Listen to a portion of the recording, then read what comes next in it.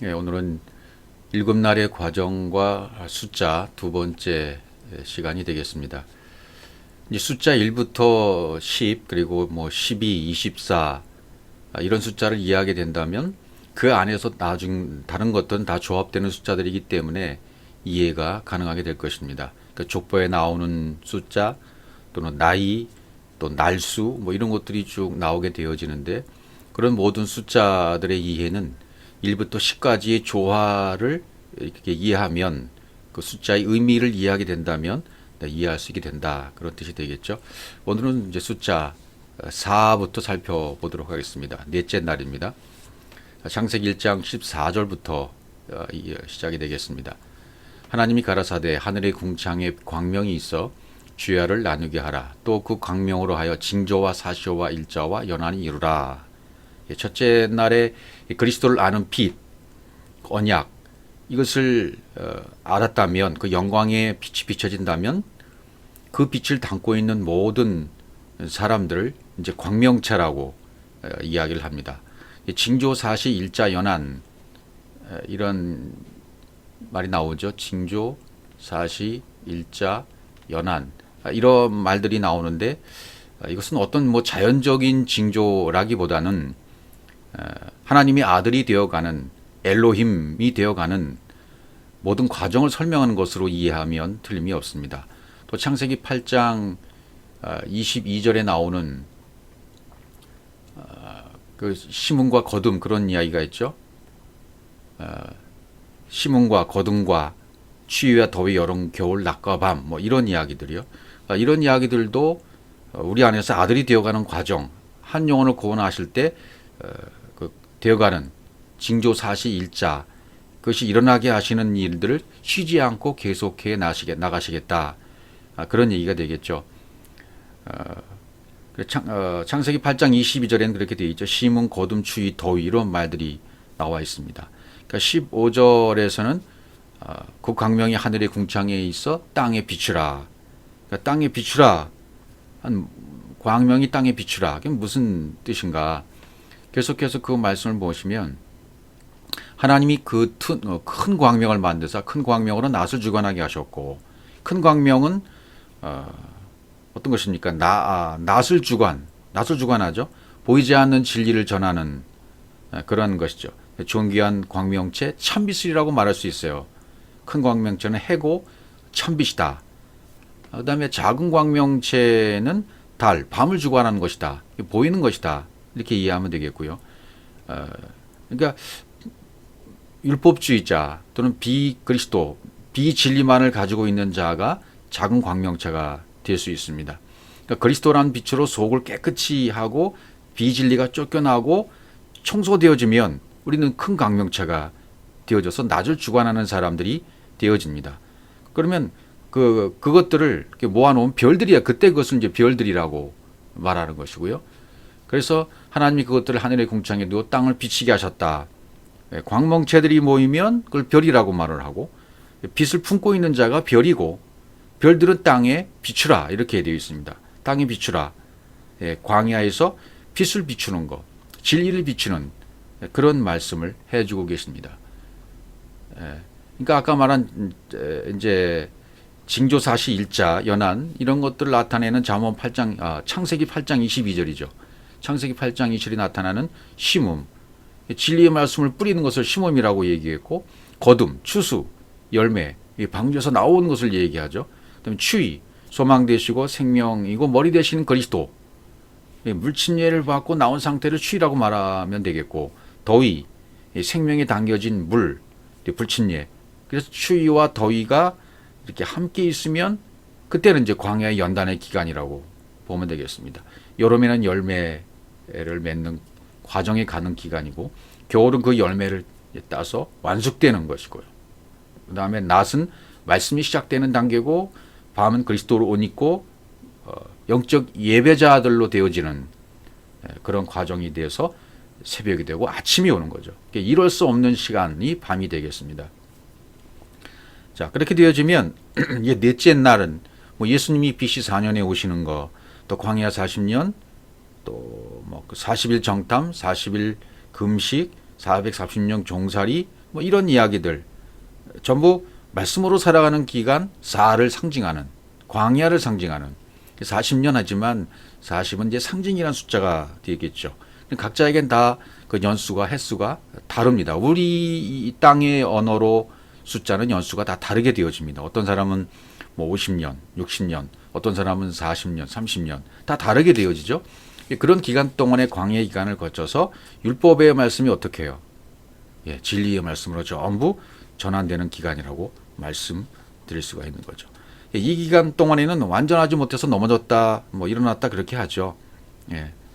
예. 그러니까 이 넷이라는 것이 뭐 네강, 네밭, 또 사복음서, 뭐 동서남북, 네 뭐 반듯한 천국 이렇게 이런 의미를 나타내니까 우리 땅의 숫자하고는 뭐 좀 맞지 않고 성경에 원래 숫자가 없었잖아요. 한 1500년 전에 상인들에 의해서 그것도 뭐 숫자를 세는 것도 아니었고 숫자를 셀 필요가 있을 때에는 우리 민족도 그랬지만 전 세계적으로는 허리에 있는 띠를 묶어서 이렇게 매듭으로 나타나기도 하고 여러 가지 이런 방법들을 동원해서 자기들만 알 수 있는 방법을 통해서 지금 갖고 있는 수의 의미를 알려주기도 했던 거죠. 그러니까 성경에 기록된 숫자는 후대에 기록된 것이기 때문에 성경이 말하는 숫자의 의미를 깨달아야 땅에 있는 의미가 거기에 포함되어 버리는 거죠. 우리가 알고 있는 것이 뭐 7, 이런 3 더하기 4다. 지금 우리가 공부하고 있는 4는 뭐 땅의 숫자로 이해하기 시작해서 3인 하나님의 숫자를 이해하게 되면 7인 완전수가 된다. 하늘과 땅이 하나가 된다. 이렇게 이제 이해를 하고 있잖아요. 예, 물론 그것도 다 포함합니다. 하나하나 다 이해해서 그러니까 하늘과 땅이 하나가 되면 일곱이 되는 거죠. 안식이 되는 거죠. 그러면 땅인 나와 하나님이 나와 하나가 되는 거. 그러니까 셋이라는 하나님이 땅에서 자기의 성취를 하기 위해서 나타내실 때에는 전부 넷을 하는 것으로 나타내신다는 겁니다. 이것을 우리가 이해하고 깨달아야만 성경을 이해할 수 있는 것이죠. 자, 그러면 창세기 2장 10절로 가면 넷을 설명해 주고 있죠. 강이 에덴에서 발원하여 동산을 적시고 거기서부터 갈라져 네 근원이 되었다. 여기 네 근원. 예. 네 근원이 등장하죠. 네 근원이 나왔다. 강이 발원해서 동산을 적셨다. 에덴에서 발원했다. 성전에서 비가 내리는 거예요. 내 마음 성전에 비가 자꾸 내려서 나중에는 마음 성전이 지어지는 거죠. 이 진리의 이 강물에 의해서 땅이 어떻게 해요? 살아나는 거죠. 그래서 창세기는 비손강, 기혼강, 히데겔강, 유프라테스강 이렇게 나오잖아요. 비손강 씨 뿌리다. 기혼강 싹이 난다. 히데겔 자란다. 유프라데 열매 맺는다. 이런 의미가 되어 있는 거죠. 네 근원 원래는 하나였어요. 그런데 복음도 원래는 하나입니다. 그런데 4복음으로 갈라진 거죠. 합치면 하나입니다. 하나로 볼 줄 알아야 되죠. 나라는 사람이 4개의 복음을 마태, 마가, 누가, 요한복음으로 볼 줄 알아야 돼요. 공관복음, 마태, 마가, 누가복음의 공관복음을 요한복음으로 볼 줄 아는 그런 호라호할 줄 아는 눈이 열려져야 그런 마음 성전이 완성이 되는 거죠. 그러니까 4개의 강이 내 안에 흐른다. 비손강, 기온강, 히데겔강, 유프라테강이 내 안에 흐르고 있다라고 이해하시면 그것이 이제 틀림없는 이해가 되는 것이죠. 요한복음 4장 13절부터 말씀하신 바로 이 물입니다.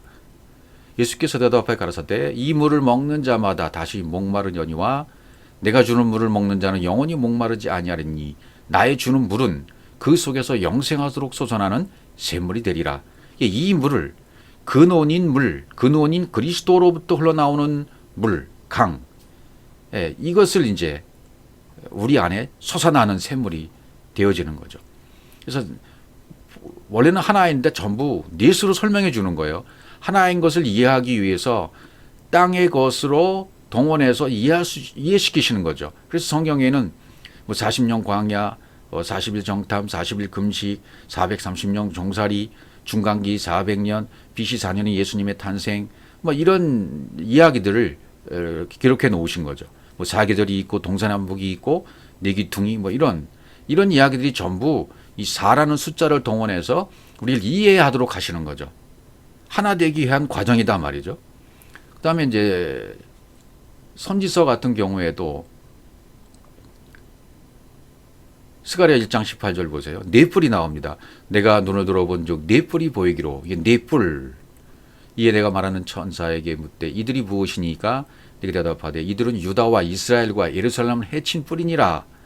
때 여호와께서 공장 4명을 내게 보이시로. 대장장이 4명을 대장장이 4명을 내게 보이셨다. 이렇게 얘기해요. 공장 대장장이 4명을 내게 보였다. 4뿔이 보였다. 4개의 뿔이 있다는 얘기죠. 뿔이라는 것은 능력, 힘, 그리스도를 상징하죠. 유다와 이스라엘, 즉 우리를 부수는 뿔, 나를 부수는 뿔로서 지금 설명하고 있는 거예요.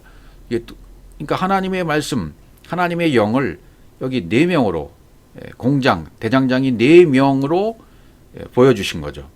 그러니까 동서남북을 이렇게 화합시키기 위해서 그분이 이제 일하시는 것인데 동서남북이 꽉 막혔을 때 위를 바라보면 하늘로 살 수 있잖아요. 그러니까 내 주변의 모든 환경, 여건, 사건 이런 일들을 다 하나님이 조성해 주셔서 부리시는 영으로 조성해 주시면 하나님이 원하시는 대로 나를 만들어 가시는 거죠. 어떤 존재로 만드시기 위해서 하나님이 지금 환경을 조성하시는 거죠. 그러니까 여러분과 저의 환경을 수십 년 동안 조성하셨지만 눈치를 못 챘어요. 사건을 조성하셨지만 눈치를 못 챘어요. 여건을 조성하셨지만 내가 못 알아버렸어요. 그러니까 하나님은 계속해서 그런 것을 여건을 계속 조성하심으로 하나님이 부리시는 영, 이 4명의 공장, 대장장이를 통해서 우리를 부수는 뿔로 보이게 만드셨던 것이다. 이렇게 설명하고 있는 것이죠. 또 스가랴 6장 1절 또 내가 또 눈을 들어본 즉 네 병거가 두 산 사이에서 나왔는데 그 산은 노산이더라. 병거 얘기가 납니다. 병거. 첫째 병거 홍마들이, 둘째 병거 흑마들이, 셋째 병거는 백마들이, 넷째 병거는 아우롱지고 건장한 말들이 메었는지라.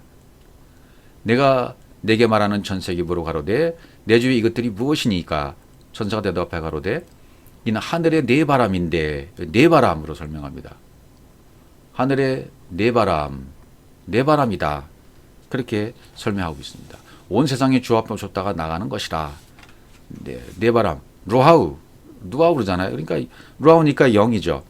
오늘도 이 네 바람, 하나님의 영이 우리를 통치하시고 지배하시고 다스리고 인도해 가시는 거죠. 이 네 바람이 온 세상에 주 앞에 모셨다가 나가는 것이다. 예, 모든 사람에게 이렇게 역사하신다는 말이나 똑같습니다. 계시록 또 4장으로 가보면 보좌 앞에 수정과 같은 유리바다가 있고 보좌 가운데 보좌 주위에 네 생물이 있는데 여기 이제 네 생물이 등장합니다. 앞뒤에 눈이 가득하더라. 그 첫째 생물은 사자, 둘째 생물은 송아지, 셋째 생물은 얼굴이 사람, 넷째 생물은 날아가는 독수리 같은데 네 생물이 각각 6날개를 있고 안과 뒤에 눈이 가득하다. 밤낮 쉬지 않고 거룩하다 주관은 전능하신 이여 이렇게 이제 말씀하셨다는 거죠. 하나님의 영을 여기서는 몇 가지로요? 4가지로 사자와 송아지와 사람, 독수리 이런 네 생물로 설명을 해주고 있습니다. 그 넷이라는 것으로 사는 것, 네 생물, 넷으로 산 자. 이 산 자 안에 내가 이제 하늘이 되어서 들어가는 거죠. 이 땅도 하늘이, 이 땅에 있는 나도 하늘이 내 속에 들어와 버리는 거죠. 진리를 내가 알았어요. 그러면 하늘이 내 속에 들어온 거잖아요. 그러면 넷이 내 안에 성취되는 겁니다. 사자, 송아지, 사람, 독수리 이런 네 생물이 내 안에서도 완성되는 거죠. 함께 나와 함께 하나로 완성이 되는 거죠. 넷이 완성돼서 넷이 되는 거죠. 나와 하나로 완성돼서 사자, 송아지, 사람, 독수리가 되어버린다. 이게 하나의 영이다 말이죠. 그것이 생명으로 되어버리는 겁니다. 계시록 21장에는 13절 동편의 세문, 북편의 세문, 남편의 세문, 서편의 세문 4개가 나오고요. 21장 16절 그 성은 네모가 반듯하여 장광이 같은지라. 네모 반듯하다. 4를 설명하고 있죠. 그 갈대로 그 성을 정령한 12000 스타디온이요 장광고가 같더라. 이것은 이제 네모는 천국을 묘사하고 있죠. 네모 반듯하다. 그럼 천국을 묘사한다고 보시면 틀림이 없겠습니다. 네모 반듯 이렇게 나옵니다. 그러니까 정박입체, 땅의 숫자 4를 의미하지만 천국을 나타내는 것이다. 성전이 지어지는 상태가 내 안에 성전으로 완성이 되는 과정을 설명하고 있는 거죠. 이 복음의 여정입니다. 그래서 12,000 스타디온이다, 또 144 규빗이다, 이런 얘기들이 그 뒤에 쭉쭉 이렇게 나옵니다. 또 12를 설명할 때 또 나오게 되겠죠. 창세기 13장 14절로 가보면 롯이 아브라함을 떠난 후에 여호와께서 아브라함에게 이르실 때 너는 눈을 들어 너 있는 곳에서 어디를요? 동서남북을 바라보라, 이렇게 되어 있습니다. 동서남북을 바라보는 얘기는 뭐죠? 진짜로 너 있는 곳에서 멀리 동서남북, 물론 뭐 그런 의미도 있습니다. 비전을 가져라, 그래서 동서남북을 바라봐라, 그렇게 설명할 수도 있습니다. 그러나 이것은 너의 내면 세계에 있는 동서남북을 바라봐라, 그런 의미가 됩니다. 네 안에 있는 것을 동쪽, 서쪽, 남쪽, 북쪽을 바라봐. 그럼 네 안에는 필요한 것, 하나님이 필요한 요소, 하나님이 선하다고 인정하는 요소, 그건 하나도 없을 거야. 네 안에는 티끌이고 쓸모없는 것만 발견될 거야. 네가 쓸모없다고 고백하면 내가 고쳐줄게, 이렇게 말씀하시는 건 똑같아요. 그래야 새 땅이 되는 거니까요. 그러면 황폐해진 나를 바라보고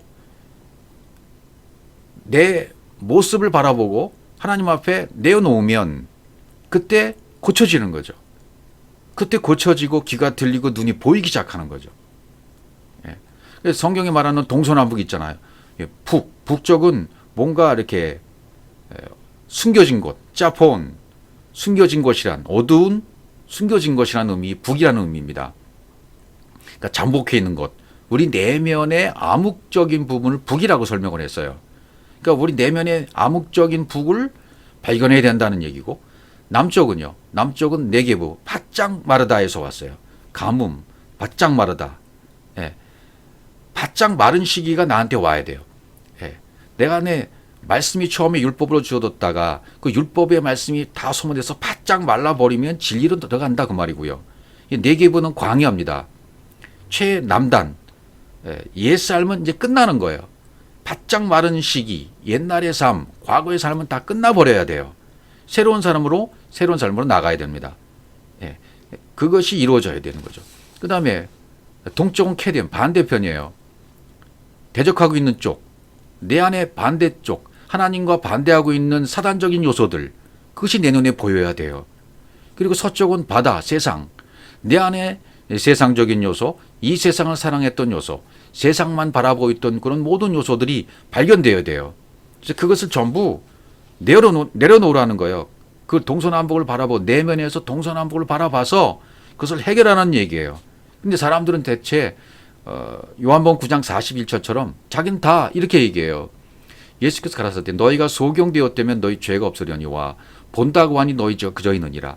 다 본다고 얘기해요. 있다고 얘기해요. 나는 됐다고 얘기해요. 나는 성경을 수백 번 읽었기 때문에 다 깨달았습니다.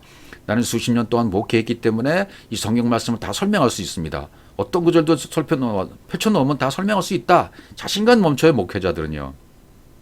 그러나 성경이 말하는 의미를 알고 있는가 말이죠. 성경이 의미하는 원어로 기록된 그 의미의 의미를 깨달아서 그것이 공부가 되고 책상 안에서 공부가 되어져서 그것이 영적인 의미로 강단에서 전달이 되고 있는가.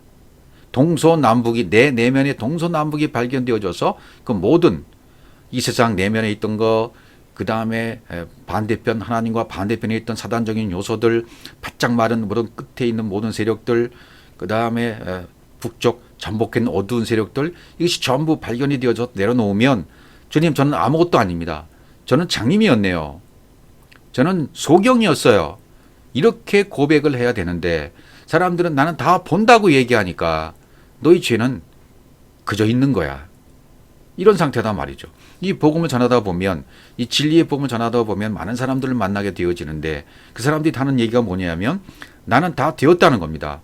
나는 다 깨달았다는 겁니다. 그러면서 저한테 하는 얘기는 당신은 앞으로 더 깨달아야 되고 더 영적으로 더 깊이 들어가야 된다. 그런 얘기를 자꾸 해주고 싶어 하는 거죠. 왜? 자꾸 사람들은 비교하기 좋아하거든요. 예, 제가 부족한 건 압니다. 부족한 걸 알기 때문에 저는 날마다 노력하는 거예요. 부족한 걸 알기 때문에 24시간 야간 근무를 하고 와가지고 그 다음날 하루 10시간 이상을 공부하는 거예요. 공부할 수밖에 없어요. 머리가 터지도록 공부하지 않으면 저는 이 말씀을 전할 수가 없는 것을 저는 알기 때문에, 저의 부족을 알기 때문에, 주님, 저는 아직도 소경의 부분이 많습니다라고 고백하면서 주 앞에 나가는 것뿐이에요. 그저 이 말씀을 깨닫게 해주세요. 그런 마음으로 나가는 것뿐입니다. 다른 사람이 나를 어떻게 보든 저는 상관하지 않아요. 왜? 하나님이 저의 길을 비춰주시고 나아가게 해주시기 때문에 걱정이 없는 겁니다. 염려가 없는 겁니다. 제가 아직 모르는 부분이 있다 하더라도 그것은 하나님이 저한테 빛을 비춰주시고 해석해 주시고 알려주실 겁니다. 염려할 이유가 없는 거예요. 그러니까 우리의 자세가 얼마나, 주님, 저는 아직 동서남북의 내면의 상태를 살펴보니까 저 아직 멀었는데요. 저 소경이네요. 내 안에 선한 것이 없네요. 난 지금까지 인간의 방법대로 선하게 구조대로 평가하고 사람들을 판단하고 있었네요. 그런 고백이 있어져야만 나를 고쳐주시고 새 땅 되게 하신다, 그 말이죠. 저는 이 말씀을 통해서, 진리 말씀 전하는 것 통해서 다른 사람을 평가절하하고 잘못됐다 이렇게 말하고 싶은 마음이 없습니다. 그러나 이 진리 말씀 선포하다 보니까 어쩔 수 없이 지금 교회의 모습을 설명할 수밖에 없고 목회자의 모습을 설명할 수밖에 없기 때문에, 제가 그 과정을 겪어왔기 때문에 그렇게 설명할 수밖에 없어요. 혹시 그것이 불편하게 들렸다면 용서를 구합니다. 제가 설명할 수 있는 방법이 이것밖에 없기 때문에, 아래 땅에 아래 말로 설명할 수 있으려다 보니까, 이렇게 비교해서 설명하다 보니까 그럴 경우도 있습니다. 좀 이해해 주시길 바라고요. 저의 마음 가운데는 누구를 나쁘다, 낮추고 그런 거 없습니다. 사람 다 똑같기 때문에. 그러니까 나 자신의 황폐해진 모습만 내 스스로가 발견할 수만 있다면 하나님 내 눈을 고쳐주십니다. 보게 해주십니다. 듣게 해주십니다. 그러니까 우리는 염려할 게 없다, 그 말이죠. 자, 이런 숫자 4의 의미를 우리가 깨닫게 되어지면, 이 보이는 땅, 그렇게 되어지면 황폐하지 않은 좋은 땅, 좋지 않은 땅을 발견하면 좋은 땅이 되는 거예요. 그래서 이것이 거룩한 이스라엘의 새 땅이 되는 것으로 설명하는 거죠. 보이는 땅, 내가 발견한 땅을, 내 내면의 동서남북을 발견한 그 땅을 내가 너에게 줄 거야. 그 땅을 내가 너에게 줄게. 그 길이와 넓이와 높이와 깊이, 이 마음 성전이 지어지는 것이고, 동서남북이 온전해지는 것이고, 정사각형 천국, 사복음서, 요한복음으로 올 수 있는 호라가 되어지고, 새 예루살렘이 주어지게 되는 것이고, 그 땅은 이제 사랑이라는 땅으로 바뀌어지게 되는 거죠. 황폐한 땅이었는데 이제는 사랑이라는 땅으로 바뀌어지게 되는 것입니다. 이게 이제 4의 의미가 되는 것이고, 이제 숫자 5로 넘어가면, 하나님이 가라사대 물들은 생물로 번성케 하라. 땅 위 하늘에 궁창에는 새가 나르라 하시고, 큰 물고기, 물에서 번성하여 움직이는 모든 생 종류대로, 날개에 있는 모든 새를 종류대로 창조하시니 하나님 보시기에 좋았더라. 하나님 그들에게 복을 줘 가라사대 생육하고 번성하여 여 바닷물에 충만하라. 새들도 땅에 번성하라 하시니라. 이게 이제 5째 날의 장면인데요. 즉 광야 사건이 끝나면 요단강을 건넜는데, 건너가는 사람이 있고 건너가지 못하는 사람이 있어요. 건너가는 사람은 새가 되는 것이고, 건너가지 못한 사람은 물고기가 된다. 이 물고기가 구운 생선이 되어야 되잖아요. 그러니까 나 한 사람 속에서 물고기로서는 구워지지 않는 물고기 상태, 육신의 생각으로는 못 건너가는 겁니다. 구워져야, 그리스도가 되어져야, 생선이 되어져야 공중의 새가 돼서 날아가는 거죠. 그리스도 연합이 된단 말이죠. 그래야 가나안에 갈 수 있는 것이다. 그 겉으로 보는 율법 5를, 이 숫자 5, 숫자 5의 의미, 겉으로 보는 율법을 깨달으면 깨달은 5마디가 되어버리는 거죠. 그러면 5 진리가 와요. 그러면 10이 되는 거죠. 율법이 5, 복음이 5, 율법을 다 깨달았으면 10이 되는 거예요. 십계명이 완병한 완전한 계명, 그 말씀이 되는 거죠. 십계명의 말씀이. 그러면 그것이 또 11조가 되는 것이고, 사랑이 되는 것이고, 하나님의 계명, 하나님 사랑, 이웃 사랑, 5이 2개로 돼 있잖아요. 하나님 사랑, 이웃 사랑이 나중에는 하나가 되는 겁니다.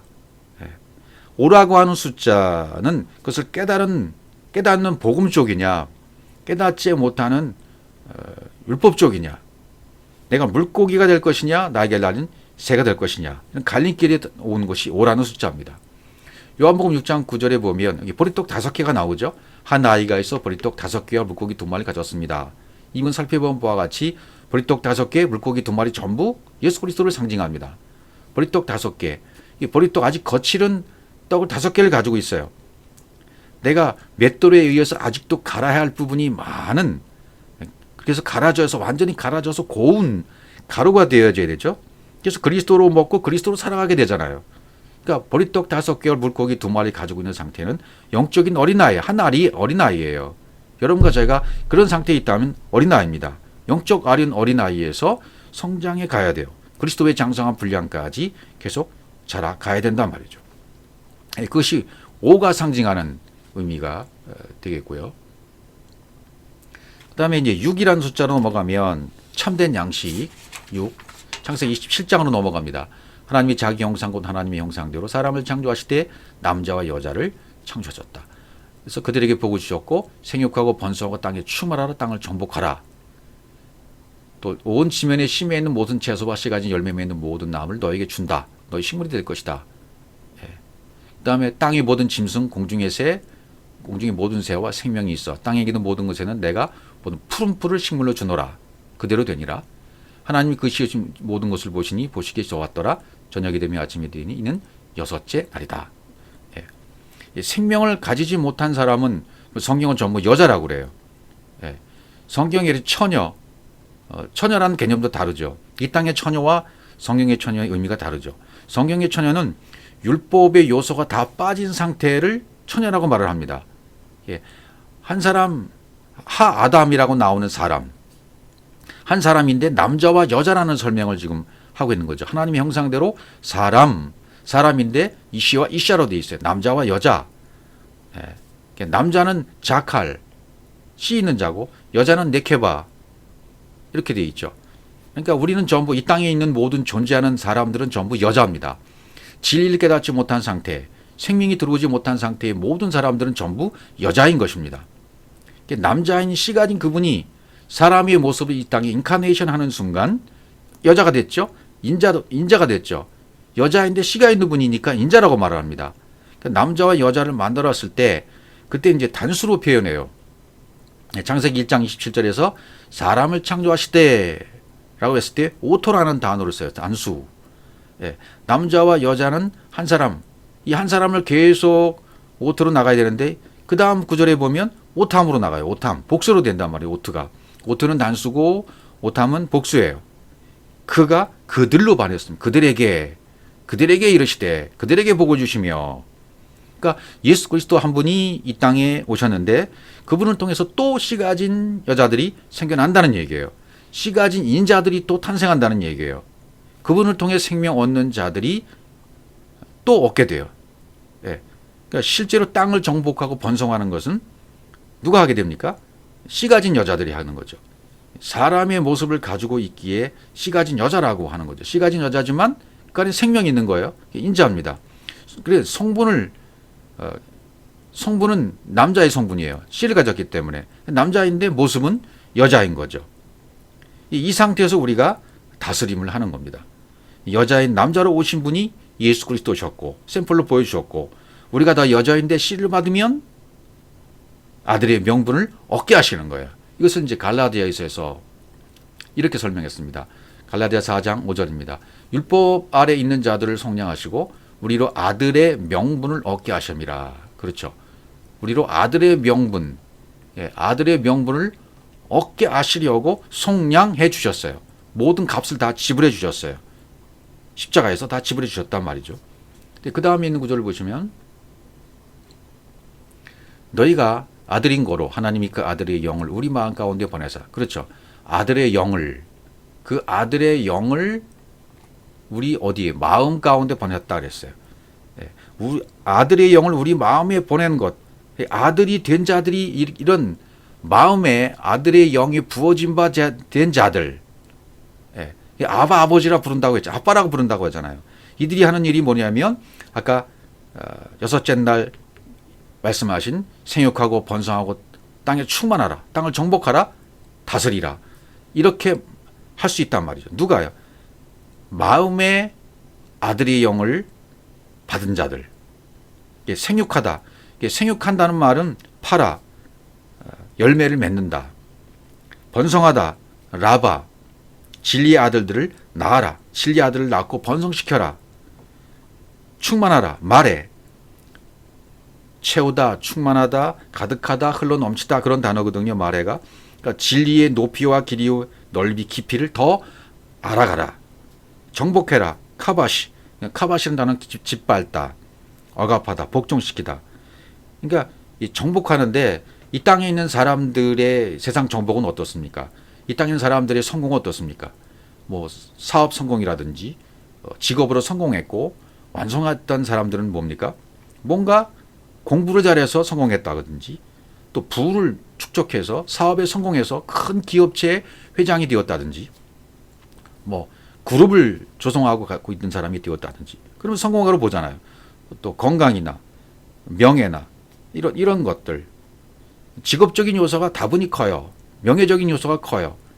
그래서 가장 사회적인 약자들 제가 지금 가장 사회적인 약자들 입장에서 일을 하고 있는데 일을 하다 보니까 이 세계를 알 수 있는 것 같아요. 예. 너는 여기에 있으면서 저는 세상을 이해했어요. 세상 구조를 이해했다고 말이죠. 그러니까 이 세상이 요구하는 것은 성공이에요. 이 세상 사람들이 마음 가운데 가장 붕 떠 있는 성공은 뭐냐면 돈이에요. 명예예요. 직업적인 성공이에요. 이것을 그 사람들이 요구하는 것을 이렇게 해주면 이루어지게 되면 세상을 정복했다 그러고 최고라고 생각하는 거예요. 그러나 그런 세상이 요구하는 성공을 내가 거부한다면 실패자로 말하는 거죠. 그런데 성경 그렇게 말하잖아요. 성경은 다 반대로 얘기합니다. 이 세상이 요구하는 것을 내가 받아들이지 않는 것, 그것을 정복이라고 말합니다. 다르죠. 그렇죠. 세상이 요구하는 것을 받아들이지 아니하고 그걸 밀어내버리고 하늘이 요구하는 것을 받아들이고 생명이 요구하는 것을 받아들이고 그리스도가 요구하는 것을 받아들이면 그때 내가 그리스도가 되어져서 세상을 정복하게 된다 그 말이죠. 예, 분명히 달라요. 그러니까 다스리라는 라다, 부스러뜨리자, 통치하다, 지배권을 가지다. 그러니까 세상적인 다스림은 어떤 좀 군사적인 통치, 탄압, 억압, 강압이 들어갈 수 있잖아요. 그래야 이 다스림이 되어져서 말을 듣죠. 그러나 80년대 초반에 우리나라에도 뭐 이상한 교육단체, 삼촌교육대 그런 것도 있었잖아요. 그리고 뭐 이런 정치적인 모든 집단들이 군 정치가 등장하게 되어짐으로 말미암아 아주 그런 민주주의가 조성되어가는 과정들이 우리나라도 있었습니다. 그래서 그러나 하나님의 다스림은 그런 요소가 아니죠. 말씀의 다스림, 하늘의 다스림, 그리스도의 다스림을 얘기하는 것은 말씀으로 다스리는 것을 얘기해요. 세상적인 다스림을 포함한 말씀으로 섬기는 거, 이거밖에는 성경에 없는 거예요. 하나님이 철저하게 우리를 말씀으로 섬겨주셨습니다. 이 땅에 오신 예수 그리스도께서 말씀으로 우리를 섬겨주셨기 때문에 여러분들이 지금 진리의 말씀을 듣고 계시는 겁니다. 그리스도의 섬김 때문이에요. 철저하게. 그러니까 여러분과 제가 그 말씀으로 섬겨줄 수 있는 자리에 있다면 이 진리의 말씀을 그 속에서 솟아나는 샘물이 되어짐으로 말미암아 이 땅의 언어를 가지고 하늘의 진리를 선포하고 있는 자가 되어 있다면 말씀으로 섬기는 자가 되어 있는 겁니다. 이런 다스림이 내 안에서 있어야 돼요. 그 다스림을 얘기하는 겁니다. 육은 이러한 세계를 얘기하는 거죠. 그 다음에 우리가 좀 이해할 부분은 그 다음 구절입니다. 계시록 13장 18절 지혜가 여기 있으니 총명 있는 자는 그 짐승의 수를 세어보라. 그 수는 사람의 수니 666이니라. 6은 아직 7이 안 된 숫자입니다. 7이 안식이죠. 6은 아직 7이 안 된 숫자예요. 그러니까 여기 있을 때에는 자꾸만 넘어졌다 일어났다 진리를 깨달았다가도 또 세상에 넘어졌다. 이게 반복되는 기간이 6의 기간이라고 말씀을 드렸습니다. 그러면 여기 666이라는 말은 무슨 말을 뜻하는가? 제가 신학 공부할 때 80년대 초반만 하더라도 666 뭐 이런 의미를 얘기하면 그때 당시에는 이제 뭐 컴퓨터가 286, 386, 486 이렇게 나가잖아요. 이 컴퓨터 이게 아마 심상치 않다. 저 컴퓨터가 앞으로 세상을 지배할 거다. 거대한 슈퍼컴퓨터가 세상을 지배하는 그런 어떤 짐승의 수 666이 될 것이다. 그렇게들 많이 설명했어요. 그 다음에 또 뭐 베리칩이다. 그 다음에 바코드다. 이 바코드 카드가 나왔을 때 바코드가 찍힌 모든 물건에는 바코드가 찍혀 있는데 사람에게도 이런 바코드를 통해서 이제 상권이 조성되고 다스리게 될 것이다. 이게 666표다. 이걸 받으면 안 된다. 이런 설명이 있었고요. 요즘에는 뭐 코로나 시대니까 백신을 맞으면 또 뭐 666표를 받는 거다. 이렇게 설명한 사람들이 많이 있잖아요. 전부 오해입니다. 여기 총명이 있는 자는 그러잖아요. 예. 총명이 있는 자, 총명이 있는 자가 뭐겠습니까? 영적인 귀가 열려져서 진리를 알아듣는 사람이 있으니 그 짐승의 수를 세어보라. 짐승은 뭡니까? 짐승인 것도 이해해야 돼요. 짐승은 땅에 기는 거잖아요. 네 발 달린 짐승이잖아요. 그러니까 실의 진리에 이르지 못하고 아직 육에 있는 사람은 아직까지 짐승과 똑같은 거예요. 다 완벽하게 깨닫지 못했으니까. 그래서 시편 기자가 49편 12절 사람은 존귀하나 장구치 못하며 멸망하는 짐승 같도다 이렇게 얘기해요. 그 다음에 시편 49편 20절 존귀에 처하나 깨닫지 못하는 사람은 멸망하는 짐승 같도다. 예. 존귀에 처하나 그 하나님이 만들어 놓은 존재 그 존재 속으로 들어가지 못하고 진리 속으로 깨달아 들어가지 못하는 사람은 멸망하는 짐승과 같다. 이렇게 설명했어요. 멸망하는 짐승이다. 사람은 사람이 돼 멸망하는 짐승과 똑같단 말이죠. 그러니까 깨달아서 진리에 이르지 못하면 육의 상태예요. 여섯째 날은 사람과 짐승이 이렇게 섞여 있는 상태입니다. 그러니까 혼란해요. 사람은 분명하지만 이때까지는 짐승과 같은 상태가 되어 있는 거죠. 그러니까 일곱째 날이 되기 전까지는 짐승이 된다 그 말이나 똑같아요. 이 짐승의 마음을 갖는 육의 상태가 666으로 셋이 있는 거죠. 셋이 있다는 얘기는 육신의 정욕, 안목의 정욕, 이생의 자랑이 같이 있다 그 말이죠. 그걸 표현해 주는 표현이에요. 666이. 그러니까 육신의 정욕, 귀가 달려서 들을 귀가 달려져서 말씀이 들려질 때까지는 짐승인 겁니다. 육신의 정욕이 빨리 타파되어야 돼요. 근데 안목의 정욕, 온 세상, 이 땅의 온 우주 만물, 사람을 보는 눈이 바로 진리로 생길 때까지는 짐승이 되는 거죠. 세상을 보고 천국을 봐야 되고 우주 만물을 보고 하늘을 봐야 되고 인생을 보고 영생을 알아야 되고 이런 율법 안에 그리스도가 있는 것을 깨달아야 되는 거죠. 그때까지는 우리가 이 눈이 호라하고 될 수가 없어요. 그다음에 이생의 자랑 모든 것에서 벗어나야 되잖아요. 나의 지식과 철학과 또 나의 가치관과 내 의와 내 자랑 내 의, 이 내가 쌓아놓은 업적들 내가 어떻게 섬겼는데 하나님을 평생 섬겼는데 이런 모든 내 자랑을 배설물로 다 버려야 됩니다. 예, 이런 것을 다 버려야 되지. 그래서 666이라는 의미는 바로 아직 그런 상태에 있는 것을 표현해 주는 3일 길을 걸어서 첫째 날, 둘째 날에서 제3일에 완벽해지는 그런 길을 다 걸어가는 과정 그걸 설명하는 거예요. 짐승이 666 이게 세 가지가 있는 숫자 그래서 아직은 6이라고 설명하고 있는 거나 불과하죠. 자, 그럼 이제 7로 넘어가면요. 창세기 2장 1절 천지와 만물이 다 이루니라 하나님이 지으신 일이 일곱째 날이 이를 때에 마치니 그 지으시던 일이 다음으로 일곱째 날에 안식하시니라. 하나님 일곱째 날을 복주사 거룩하게 하셨으니 하나님이 그 창조하시며 만드시던 모든 일을 마치시고 이 날에 안식하셨습니다. 자, 이렇게 나왔습니다. 7의 개념 창세기 1장에 이제 7가지가 나오잖아요. 그래서 진리가 되라고 이제 주셨어요. 그러니까 창세기 1장에서 말하고 있는 7은 아라비아 숫자로 의미하면 안 되겠죠. 7날로 기록했고 시브리 말로는 샤바, 7째 날을 샤바라고 그랬어요. 샤바는 7번 말하다. 같은 말을 7번 말하는 거나 똑같아요. 동일한 약속을 7번 말하는 것을 얘기해요. 7은 온전, 전부.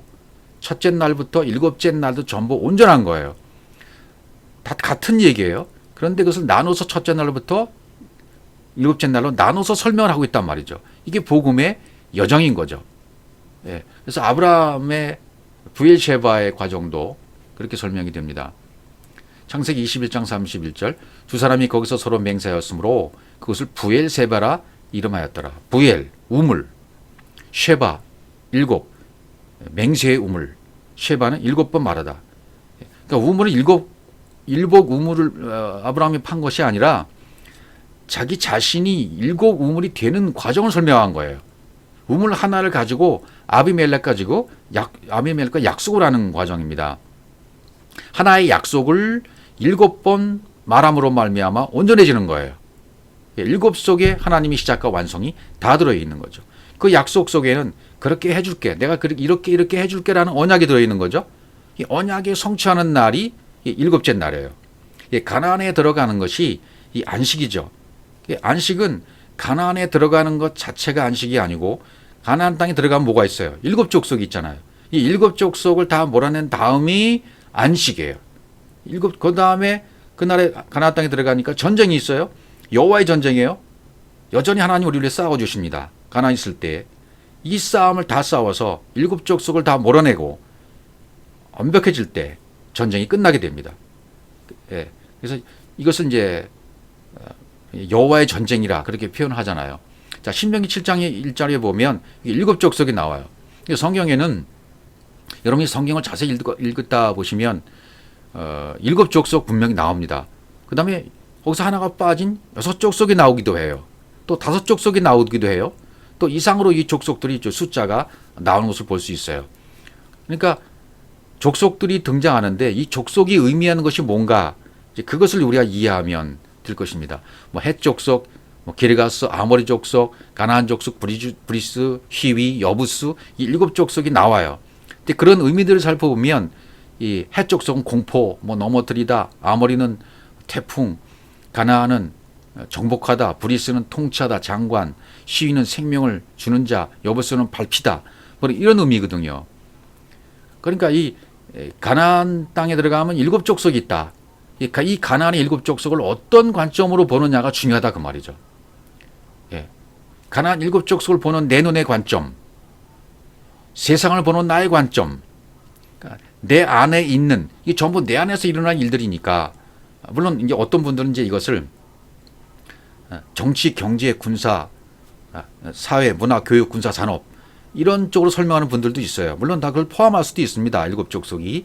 그러나 그런 외부적인 요소를 말하는 것보다는, 물론 그런 것도 포함할 수 있지만 내부적인, 아까 동서남북과처럼 동서남북의 내 내면의 세계처럼 이 가나안 일곱 족속도 내 안에 내면의 가나안 땅의 일곱 족속으로 보시면 틀림이 없어요. 그러니까 내 안에 있는 관점, 내가 가지고 있는 관점, 세상을 보는 관점이 어떠냐, 내 안의 의식이 하늘을 보는 관점이 어떠냐, 내 안의 의식이 바뀌면 전부 변화되는 거예요. 정복되는 겁니다.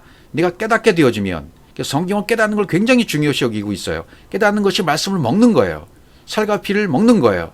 떡과 포도주를 먹는 것입니다. 그리스도의 살과 피를 먹고 마시는 것이 깨닫는 것입니다. 그러니까 이 세상을 정복했다는 얘기는 뭐죠? 세상 정복은 그리스도의 눈으로 보는 거예요. 그리스도의 관점으로 보는 거예요. 그럼 가나안을 정복한 거죠. 깨달았어요? 다섯 말씀으로. 깨달은 다섯 말씀이 되면 진리 다섯 말씀이 오게 되니까 열이 되는 거예요. 그러니까 육과 영이 내 안에서 싸우다가 가나안의 일곱 족속이, 여섯 족속이, 다섯 족속이 막 싸우다가 가나안이 정복되었다는 것은 뭐죠? 아, 영과 진리로 보게 되어지고 영과 진리로 예배하게 되는 상태가 되어져서 내 마음 성전이 지어졌을 때, 그래서 내 안에서 육의 의식이 전부 바람 빠지듯이 팍 다 빠져나가는 상태. 그러면 내 안에 어떤 상태가 됩니까? 그리스도의 영의 의식이 자리 잡게 되어지고 그리스도의 초월적 의식이 내 안에 충만해지는 상태가 되어지죠. 그러면 그때는 가나안이 되는 거예요. 그때는 가나안 일곱 족속이 정복된 상태가 된단 말이죠. 예, 그땐 가나안이에요. 그땐 천국이에요. 그러니까 여호와의 전쟁이 이렇게 여기서 끝나는 거죠. 예, 여호와의 전쟁이 끝나야, 그래서 기업을 다 내가 받아야만 전쟁이 이 땅에, 내 안의 전쟁이 끝나게 되어지는 거죠. 자, 누가복음 12장 52절 보세요. 이후부터 한 집에 다섯 사람이 있어 분쟁하되 셋이 둘과 둘이 셋과 하리니, 그러면서 쭉 뭐 시어머니, 며느리, 아들, 딸, 부모, 아버지, 어머니 이렇게 쭉 나온단 말이에요. 다섯 가지 내용들이. 그러니까 이런 분쟁, 이게 내 안에서 분쟁하는 거잖아요. 분쟁의 목적은 내 안에서 아버지, 어머니, 아들, 딸, 며느리, 시어머니 뭐 이런 육이 영으로 전환되는, 이런 분쟁하게 하는 목적이, 내 안에 있는 모든 분쟁의 요소들은 왜 있습니까? 나를 육에서 영으로 바꿔주시기 위한 싸움입니다. 예, 이것도 그렇게 얘기하는 거죠. 세상을 내가 어떤 눈으로 보고 있는가, 혈통을 내가, 혈육을 어떤 눈으로 보고 있는가, 결혼 제도를 어떤 눈으로 보고 있는가. 여러분, 이 땅에 있는 것은 전부 다 그림자입니다. 실체가 아닙니다. 모형이죠. 그걸 통해서 깨닫는 거예요. 이 땅에 있는 결혼제도를 통해서 하나님과 나와의 연합, 내가 그리스도와 하나가 되는 것, 그걸 깨닫는 거예요. 거기에 의미가 있는 거죠. 그래서 부모, 아들, 딸, 며느리, 시어머니 이런 모든 관점에서 어떤 관점으로 보느냐, 전부 다 영의 의식으로 되어져서 사랑의 관점으로 바뀌어진 과정까지 가야 된단 말이죠. 그렇게 될 때까지 내 안에서 여호와의 전쟁이 있게 되는 것이죠. 사무엘상 17장 47절 또 여호와의 구원하심이 칼과 창에 있지 아니함을 이 무리로 알게 하리라. 전쟁은 여호와께 속한 것인즉 그가 너희를 우리 손에 붙이시리라. 전쟁은 여호와께 속한 것이다. 그렇죠. 이 전쟁은 여호와께 속한 전쟁이에요. 내 안에서 이루어지는 전쟁, 가나안 7 족속을 몰아내는 전쟁도 여호와의 전쟁입니다. 그분이 싸워주시는 싸움입니다. 예, 밀하마라는 이 전쟁은 전투 전쟁, 람에서 왔는데 무엇으로 먹이다, 하늘의 것으로 먹이는 것을 얘기합니다. 삼키고 먹게 해주는 거예요. 그 여호와의 전쟁은 나로 하여금 하늘 양식을 먹여주시는 전쟁입니다. 여호와의 전쟁이 깨닫게 하셔서 하늘 양식을 먹이시는 거예요. 그리스도의 살과 피를 먹게 하는 거예요. 그러면 그리스도의 초월적 의식으로 내가 살아가게 되어지는 거죠. 그러면 가나안 7 족속도 정복이 되어지는 거죠. 이거 전부 그분이 하시는 겁니다. 우리가 할 수 없어요. 말씀이 하는 것이라 그 말이죠. 여호수아 11장 23절 이와 같이 여호수아가 여호와께서 모세에게 이르신 말씀대로 온 땅을 취하여 이스라엘 지파의 구별을 따라 기업으로 주었더라. 그 땅의 전쟁이 그쳤더라. 내 안의 마음 땅에서도 마음 성전이 이루어지고 가나안 7 족속이 다 몰아내졌을 때 전쟁이 그치는 겁니다. 여호와께서 모세에게 이르신 말씀대로 그 온 땅을 취하여, 그렇죠, 말씀대로 되어져야 돼요. 내 안에서 말씀대로 마음 성전이 지어져야 돼요. 내 안에서 말씀대로 모든 유괴 요소들이 빠져나가야 돼요. 7째 날에 이르러서 안식 후 첫날이 이루어지고, 안식 후 첫날이 이루어진 다음에 그 다음에 안식 후 첫날이 되면 9가 지나서 10이 되는 거나 똑같아요. 그럼 10이 아들이 되는 것과 또 똑같다 그 말이죠. 여호와의 전쟁이 바로 이걸 주시는 전쟁이에요. 갈렙도 헤브론에서 기업을 얻은 다음에 전쟁이 그쳤다, 그런 표현이 나오는 것을 볼 수 있죠. 어쨌든 이제는 우리가 이 7이라는 창세기 1장에서 7 말씀, 7번을 말씀하시는데 아브라함, 이삭, 야곱에게 창세기 1장의 언약을 7번 말하게 되어집니다. 자, 그러니까 이런 모든 과정들은 7날의 과정, 이 중요한 과정입니다. 과정을 겪게 하십니다. 그래서 6의 날이 지나서 666이 다 정복되어지고 7로 들어가면 안식 후 첫날이 되어집니다. 8이 되어집니다. 그럼 9를 지나서 10이 되어지는 거다. 그러니까 이런 여호와의 전쟁이 계속 이루어져서 10이 아들들이 되는 과정이 이루어지는 거죠. 자, 그럼 이 여호와의 전쟁은 그분이 하셔요. 7 족속이 아직 남아 있으면 전쟁이 그치질 않죠. 7 족속이 정복되어지고 전쟁이 그쳐야만 그 안식이, 참다운 안식이 이루어지게 되는 것이다. 이렇게 이해하시면 되겠습니다. 그러니까 창세기 12장 2절에 보시면 이 첫 번째 말씀이에요. 내가 너로 큰 민족을 이루고 내게 복을 주어, 여기 복을 준다 그랬어요. 바라크, 창세기 1장의 바라크의 개념, 이게 뭘까요? 이 복의 개념이 바로 씨예요. 째라, 씨의 개념으로 주는 겁니다. 씨의 이야기를 지금 계속 이야기하고 있고, 복의 근원이 될지라, 씨를 심는, 그러니까 예수님이 십자가의 죽음은 씨를 심는 죽음이 돼요.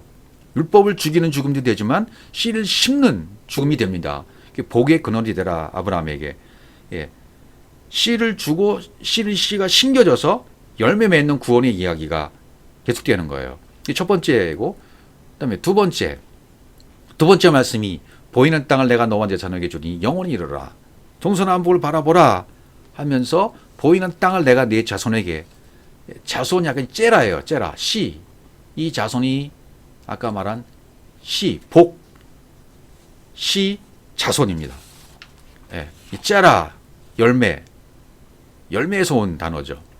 그러니까 그 씨에게 내가 주겠다, 복을 주겠다. 내가 주는 복을 모르면 내 씨가 아니라는 거죠. 내가 주는 복을 알아야만 널 영혼으로 만들어 줄 수 있다 이거지. 네가 그 씨가 되어지면 내가 너를 영혼으로 이끌어 줄게 라는 그 씨의 이야기를 지금 해주고 계시는 겁니다. 그 다음에 세 번째는 창세기 15장 3절 아브라함이 또 가로되 주께서 내게 씨를 아니 주셨으니 내 집에서 기르는 자가 나의 후사가 될 것이니라. 여기도 씨 얘기를 하잖아요. 씨, 별, 자손, 씨 이런 말로 나중에 다 바꿔지게 됩니다. 같은 얘기예요. 하늘의 물별, 샤마인 코카부 복은 씨고 씨는 별이고요. 다 같은 말입니다. 그러니까 7개의 우물을 아브라함이 팠다는 얘기가 아니라 우물은 하나밖에 없어요. 우물은 하나밖에 없는데 우물을 7이라고 그랬어요. 진리를 깨달아 알았을 때 7이라는 우물이 되어지는 거죠. 이제 이것이 세 번째 말씀으로 주어졌고, 그 다음에 네 번째 창세기 이거 15장 4절까지 여호와의 말씀이 그에게 말하사대 그 사람은 너의 후사가 아니라 내 몸에서 날 자가 내 후사가 될지라. 내 몸에서 난 그 씨가 후사가 된다라고 약속해 주셨습니다. 그래서 하늘을 우러러 무별을 셀 수 있나 봐라. 이 무별이라는 단어가 아까 복에서 나온 자손, 씨, 무별 다 같은 자손 같은 얘기입니다. 창세기 22장 18절 이제 네 번째 말씀입니다. 또 내 씨로 말미암아 천하 만민이 복을 얻으리니 이는 내가 나의 말을 준행하였음이라 하셨다라. 여기도 씨. 아브라함 이삭을 드리는 장면에서 내 씨로 말미암아 천하 만민 이렇게 나가잖아요. 이삭은 약속의 씨입니다. 씨는 별이고, 그래서 하늘의 별, 땅의 모래 이렇게 표현하잖아요. 하늘의 별은 뭡니까? 하나님의 진리를 깨달아 알았을 때, 하나님의 진리를 깨달아 알게 되면 하늘의 별이 되는 거죠. 코카브가 되는 거죠.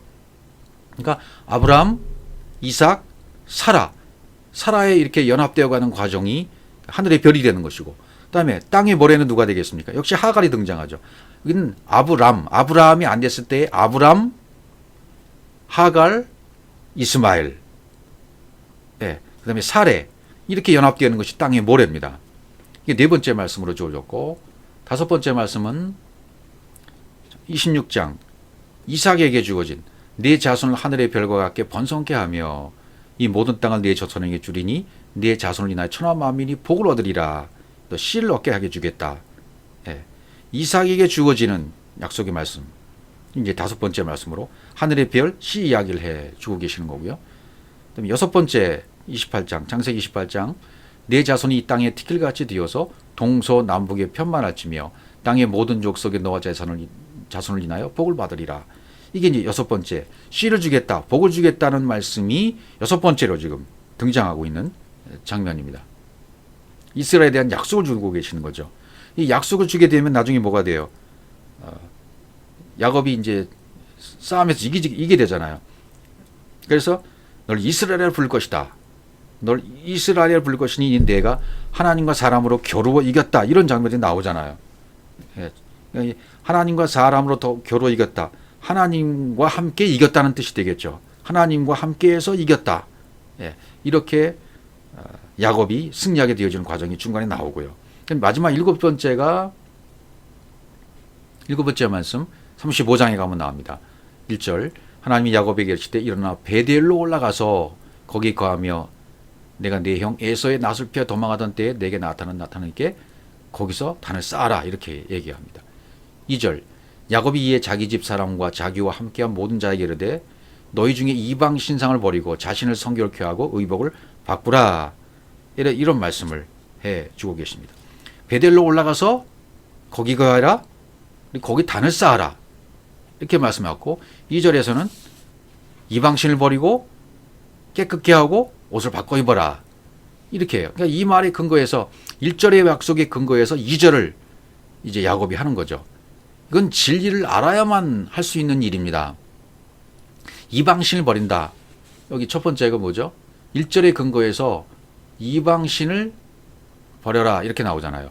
이방신상을 버려라. 그러니까 이방신상을 버리면 참 하나님을 만나는 거죠. 하나님이 바뀌었어요. 율법에서 진리로 바뀐 거죠. 그 다음에 자신을 성결케 하라. 물침례와 불침례를 받아서 온전케 되어지는 거고요. 의복을 바꿔라. 그리스도의 옷을 입는 거죠. 더 이상 이제는 옛날의 야곱이 아니죠. 이렇게 되어지면 이스라엘 됨을 이런 식으로 나타내는 거죠. 그러니까 이제 이스라엘이 되어져서 이스라엘이 되어지는 과정을 이렇게 또 표현을 해준 거죠. 그래서 7제까지의 말씀이 이렇게 1장에 나오는 것을 볼 수 있어요. 7번째까지의 씨를 주겠다는 약속, 복을 주겠다는 약속, 복의 근원이 되겠다는 이 약속들을 아브라함, 이삭, 야곱을 통해서 7가지 이렇게 설명을 했어요. 그러면 7이 완성됐으니까 안식 후 첫날 8이 되어지는 거죠.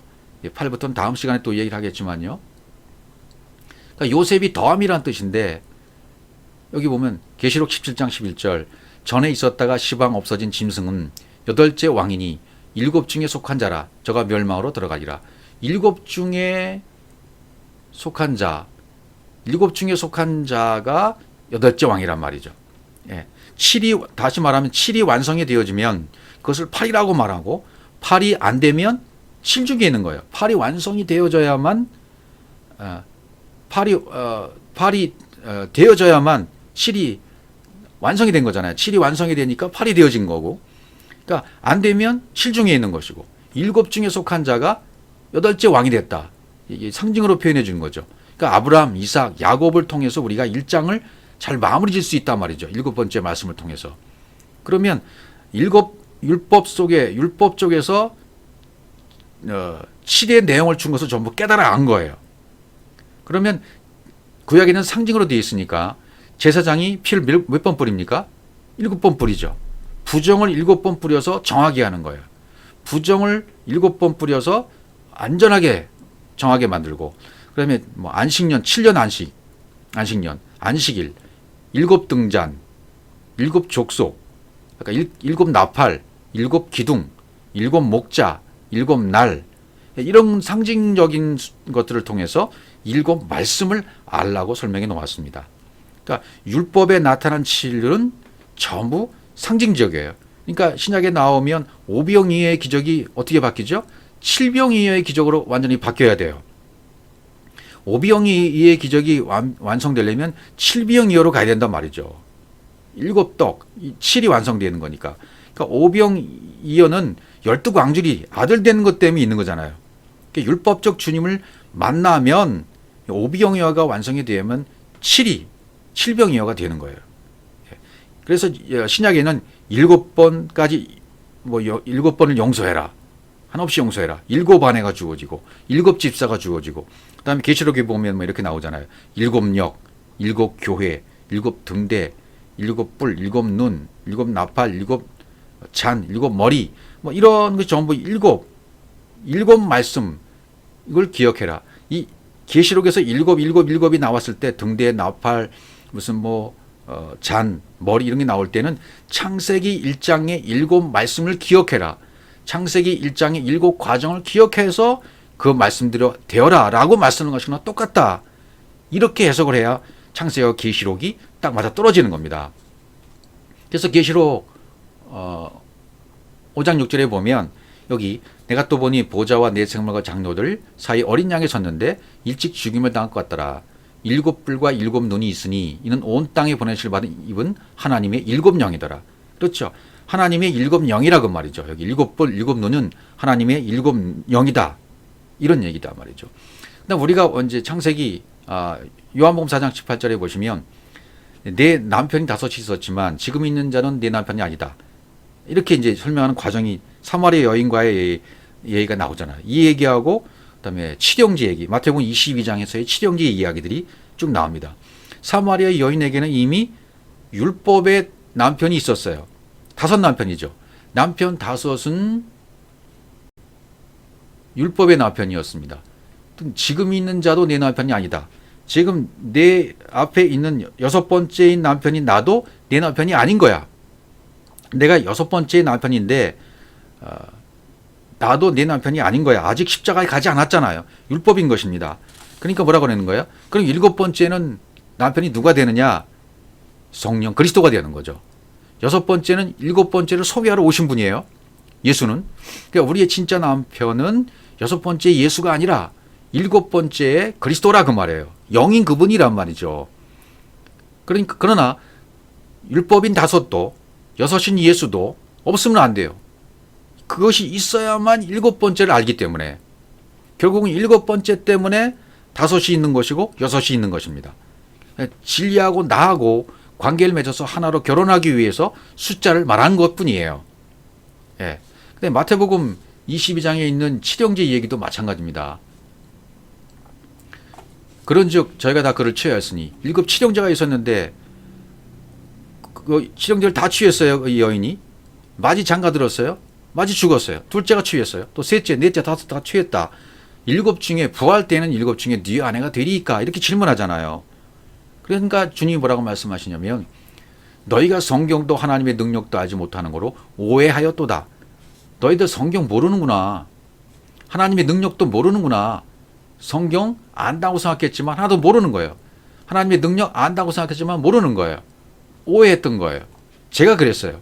성경을 안다고 생각했어요. 그리고 설교했습니다. 예. 수십 년 동안 목회하고 강단에서 말씀을 전했어요. 이것이 하나님의 능력이라고 말하면서 은사와 능력도 행했어요. 9가지 은사를 다 행했어요. 말씀을 오해했기 때문이었습니다. 진리를 못 만났어요. 이 일곱 원리에 대해서 몰랐단 말이죠. 일곱 날의 과정을 통해서 일곱 말씀을 기억해서 일곱 날의 과정을 통하여 여덟 번째 날이 되고 안식 후 첫날을 맞이하지 못했다 그 말이죠. 그래서 열이 되고 열둘의 아들됨을 경험하지 못했고 체험하지 못했던 거예요. 그러니까 저는 분명히 고백하기를 나는 성경을 몰랐습니다. 성경을 오해했었습니다. 하나님의 능력도 오해했었습니다. 이렇게 분명히 고백을 했습니다. 그리고 진리로부터 헤매고 있었고 방황하고 있었습니다. 속았습니다. 그 일곱이라는 것은 주어졌었지만 문자로 겉으로 주어졌었지만 그것 가지고 죄를 짓고 헤매고 있었어요. 그 성경의 기록의 참을 내가 알지 못했기 때문이었습니다. 원리적인 말씀이 무엇인지 모르니까 그 기록을 오해했고 성경을 오해했어요. 하나님의 능력을 오해했어요. 근데 성경은 이 일곱 명이 한 여자하고 완성할 수 있는 법이 있다고 말씀하시는 겁니다. 그 원리가 있다고 말씀하시는 거예요. 그 원리는 저는 몰랐던 거예요. 그 원리를 깨달으니까 이해가 가는 거죠. 어떻게 해요? 성경이 성경을 해석합니다. 이사야 4장 1절. 그날의 일곱 여자가 한 남자를 붙잡고 이거예요. 이게 답입니다. 일곱 여자가 한 남자를 붙잡고 말하기를 이렇게 되는 거예요. 이렇게 돼야 된다. 우리가 우리 떡을 먹으며 우리 옷을 입으리니 오직 당신의 이름을 우리를 청하여 우리를 수치를 명쾌하라. 이것이 내 안에서 이루어져야 돼요. 그럼 일곱 여자가 누굽니까? 나입니다. 우리들입니다. 일곱 여자 아직도 진리를 모르고 남편이 주는 생명의 떡을 받아 먹는 자리, 그 복음의 자리에 선 자가 일곱 여자예요. 그 복음의 자리에 서서 일곱 말씀, 일곱 과정을 깨달아 알면 한 남자인 유일한 그리스도를 만나게 되는 거예요. 그러니까 칠형제의 비유는 바로 그것을 설명하고 있는 겁니다. 그 원리를 설명하고 있는 겁니다. 그 원리를 모르니까 누구의 아내가 되리까 부활 때 이렇게 설명하는 거죠. 그러니까 부활도 오해했고 예수님이 구름 짜고 짱 하고 오시는 부활, 모든 사람이 눈앞에 보는 부활, 그걸 생각하는 거잖아요. 그렇지 않습니다. 각자의 마지막이 와서 육이 깨지고 영을 입는 그날이 오면 그게 내가 부활하는 날이에요. 영으로 깨어나는 날, 부활하는 날입니다. 그러니까 성경을 우리가 얼마나 오해했는지를 알 수 있죠. 일곱 여자가 한 남자를 붙들어야 되는 거죠. 일곱 여자들은 우리들을 말합니다. 여러분 자신을 말합니다. 복음 앞에 선 자들이에요. 진리를 깨달아야 할 자들이에요. 생명 앞에 선 자들이에요. 마지막 날이 되면 각자의 파루시아가 임하게 되면 나에게 마지막 순간에 구원을 줄 분, 생명을 줄 분이 누구인지를 자연히 깨달아 알게 되는 겁니다. 한 남자는 유일한 그리스도고요. 한 남자를 붙잡아야 돼요. 그리스도를 붙잡아야 돼요.